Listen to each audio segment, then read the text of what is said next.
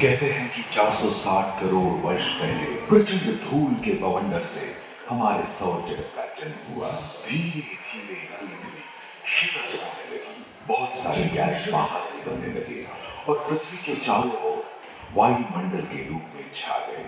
इन गैसों ने बिजली की कड़क और बादलों की करक से मिलकर एमाइनो एसिड का निर्माण किया। प्राय 350 करोड़ वर्ष पहले प्रथम एक कोशिकी जीव की रचना हुई। लगभग 280 करोड़ वर्ष पहले स्ट्रोमेटोलाइट ने प्रकाश संश्लेषण के द्वारा वायुमंडल में ऑक्सीजन को मुक्त किया। वायुमंडल में ऑक्सीजन के स्तर में निरंतर वृद्धि से 120 करोड़ वर्ष पहले एक से अधिक न्यूक्लियस वाले बहुकोशिकीय जीव का जन्म हुआ। इस क्रमिक विकास से ही प्लैटफॉर्म, जेलीफिश, स्टारफिश, नॉटिलॉइड से सागर में सागर के किनारे वाले अंचल में पौधे लहराने लगे। बहुत तेजी से विभिन्न प्रजातियों की नई मछलियां विकसित हुई। यहाँ जो विशाल मछली दिख रही है उसका नाम है डार्कियोस्टस।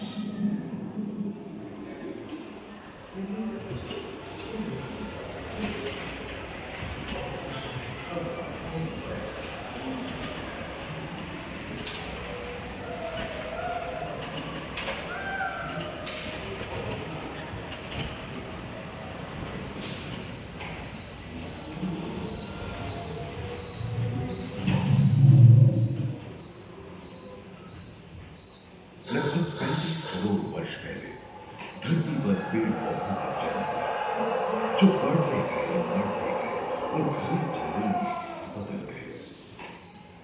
घूम, मकड़े, आदिम पंखहीन पतंग एवं इक्तियोस्टेगा जैसे उभयचर प्राणियों का आविर्भाव हुआ। सरीसृप जैसे स्तनपायी डायमेट्रोडोन प्रकट हुए, जिसकी पीठ पर नौका के पाल की तरह एक अंग था जो ताप को नियंत्रित रखने में मदद करता है। सरीसृप की तरह ही एक अन्य स्तनपायी प्राणी साइनोसॉरस इन दिनों काफी प्रभावशाली हो उठा था। इसकी विशेषता कुत्ते से बहुत मिलती थी।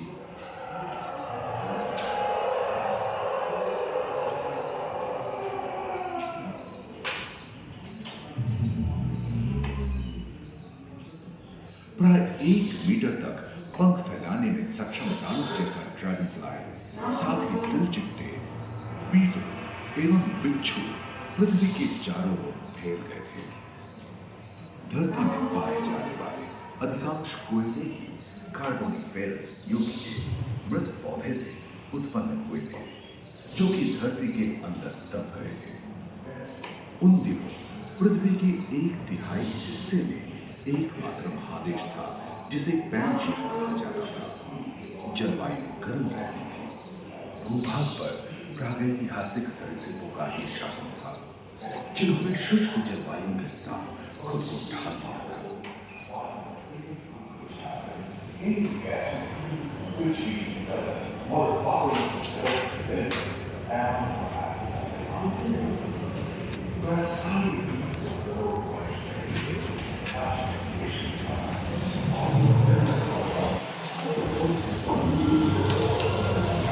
मेंढक, कछुओं और मगरमच्छों का जन्म लगभग 22 करोड़ वर्ष पहले इस धरती पर हुआ था।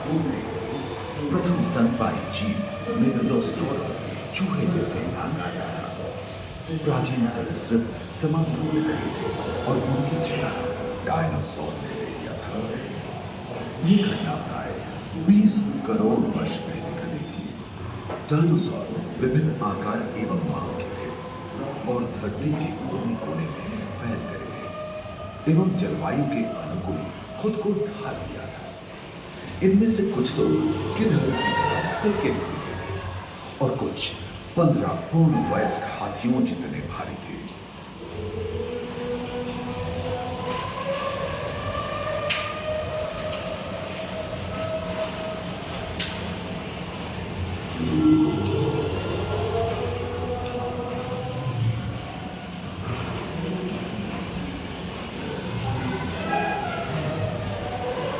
चार पैरों से चलते थे तो स्टेगोपाइसेस दो पैर वाले डायनासोर। ब्रेकियोसॉरस की लंबाई बचा 23 मीटर थी, जो कि एक टेनिस कोर्ट की लंबाई जितनी थी, और उनका वजन 75 टन था। सबके आकार का साधन में प्लियोसारस समुद्र में रहते जब सदा युद्ध का प्रथम चरण डायनासोर के लिए स्वर्णिम युग रहा। जलवायु में पैंजिया महादेश खंडित होने के कारण भारत एशिया की ओर खिसकने लगा था। महादेशी प्लेटों में हलचल होने से ज्वालामुखी के रूप में लावा निकलने लगी। इसके फलस्वरूप आए भूकंप से विभिन्न भौगोलिक आकार एवं आकृतियां दृश्य हुई। स्पाइनोसॉरस की पीठ पर नौका के पाल की तरह एक अंग हुआ करता था, जिससे वो अपने शरीर के ताप को नियंत्रित करता था। वेलोसिराप्टर, गैलीमाइनस एवं ओविराप्टर जैसे छोटे डायनासोर तो ओलंपिक के तेज धावकों की तरह दौड़ सकते थे। और कोरिथोसॉरस के स्तर पर कलगी होती थी। करीबन 5 मीटर लंबे पंख वाले टेरोनोडॉन उड़ने एवं फिसलने में आए। सुनने में विचित्र लगे, पर अधिकांश डायनासोर जैसे कि ट्राइसेराटोप्स और एंकिलोसॉरस शाकाहारी थे। लॉरेसिया और गोंडवाना नाम के दो भूखंड महादेश में रूपांतरित हुए एवं समुद्री गर्भ के कठोर आवरण से रॉकीज एवं अन्य पर्वत श्रेणियां निर्मित हुई।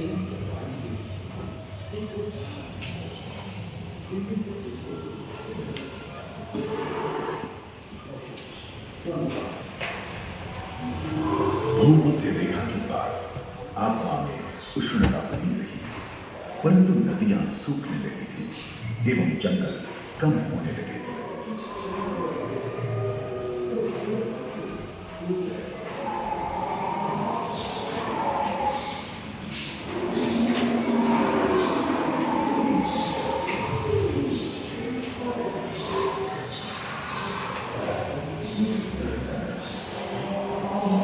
एकांत महादेश में जीव जंतुओं का विकास स्वतंत्र रूप से शुरू हुआ।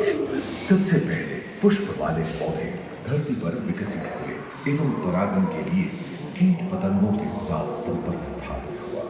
वे तेजी से धरती पर बढ़ने लगे। इसी समय पहली बार धरती पर सांपों का जन्म हुआ।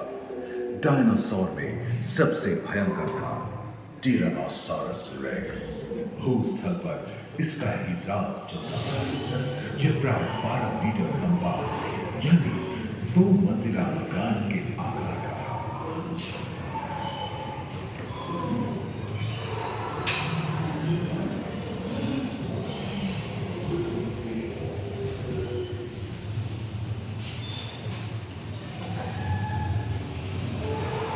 इनके हमले से बचने के लिए शाकाहारी एंकिलोसॉरस अपनी पूंछ के मुद्गर का इस्तेमाल करते थे।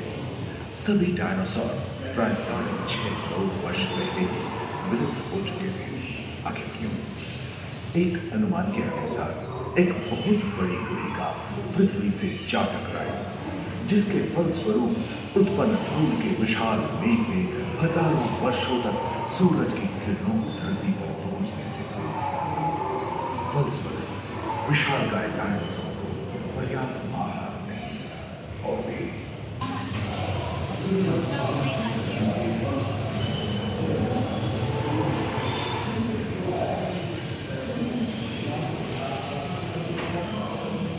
डायनासोर की निधन होने के बाद भूस्थल पर जन जाने प्राणियों का पर्याप्त मात्रा में आहार उपलब्ध होने के कारण छोटे छोटे स्तनपायी प्राणी बड़े आकार में बदलते गए। इसी तरह बड़े बड़े शाकाहारी एवं मांसाहारी स्तनपायी प्राणी धरती पर नजर आने लगे। विश्व के कई हिस्से जंगल से हरे भरे हो गए। हाथी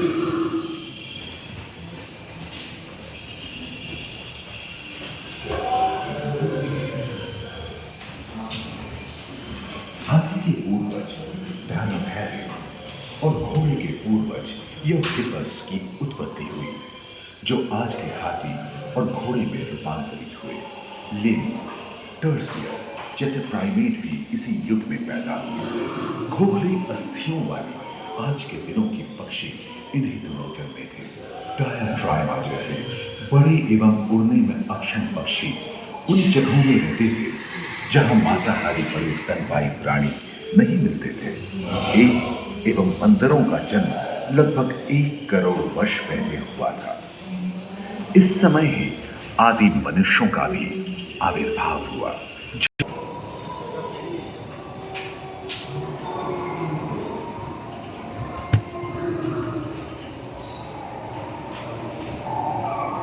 पृथ्वी के लंबे इतिहास में जाने तो ऐसे कई मौके रहे हैं जब उत्तरी गोलार्ध के अधिकांश हिस्से बर्फ की चादरों से ढक गए थे, जो आइस एज के नाम से जाना जाता है। हम आज ऐसे ही एक आइस एज में रह रहे हैं जो 20 लाख वर्ष पहले शुरू हुआ था।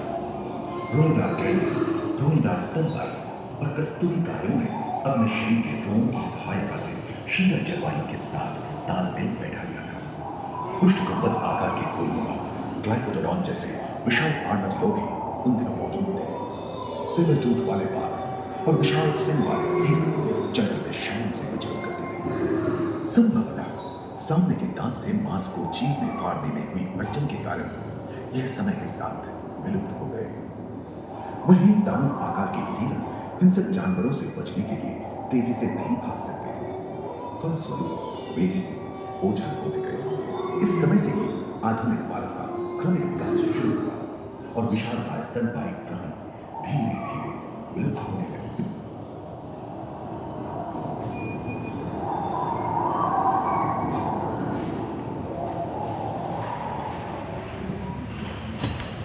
उम्मीद है कि आपको इस सफर में मजा आया होगा, जहां जीवन विकसित होकर लाखों